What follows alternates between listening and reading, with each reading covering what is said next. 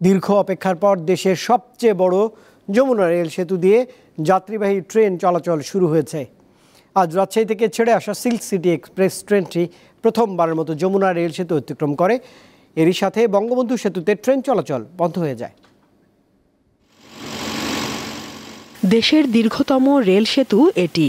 বুধবার সকাল 11:20 রাজশাহী থেকে ছেড়ে আসা সিল্ক সিটি এক্সপ্রেস ট্রেনটি যমুনা রেলওয়ে সেতুর পশ্চিম পার অতিক্রম করে ঢাকার উদ্দেশ্যে যাত্রা শুরু করে।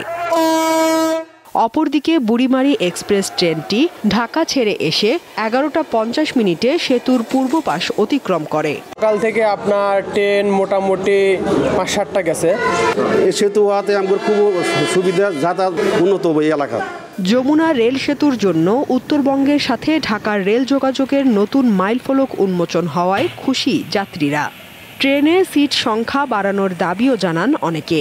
উত্তরবঙ্গে তো যতগুলো লোক আসবে ঢাকা যাইতে পারবো, ব্যবসা বাণিজ্য ব্যাংক মেরিতেই ভালো হবে। আমাদের একটা প্রবলেম, আমরা সিট পাচ্ছি না। আমাদের সময় অল্প লাগবে বা যাতায়াতের সুবিধা হবে। 4.8 কিলোমিটার দৈর্ঘ্য যমুনা রেল সেতুটিতে ডাবল লাইন থাকলেও প্রথমে একটি লাইন দিয়ে উভয় দিকে ট্রেন চলাচল করবে।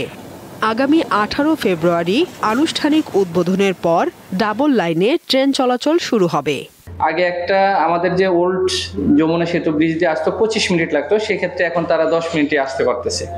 যমুনা রেল সেতু নির্মাণ প্রকল্পে ব্যয় হয়েছে 16,780 কোটি 96 লাখ টাকা। দীপ্ত বার্তা কক্ষ।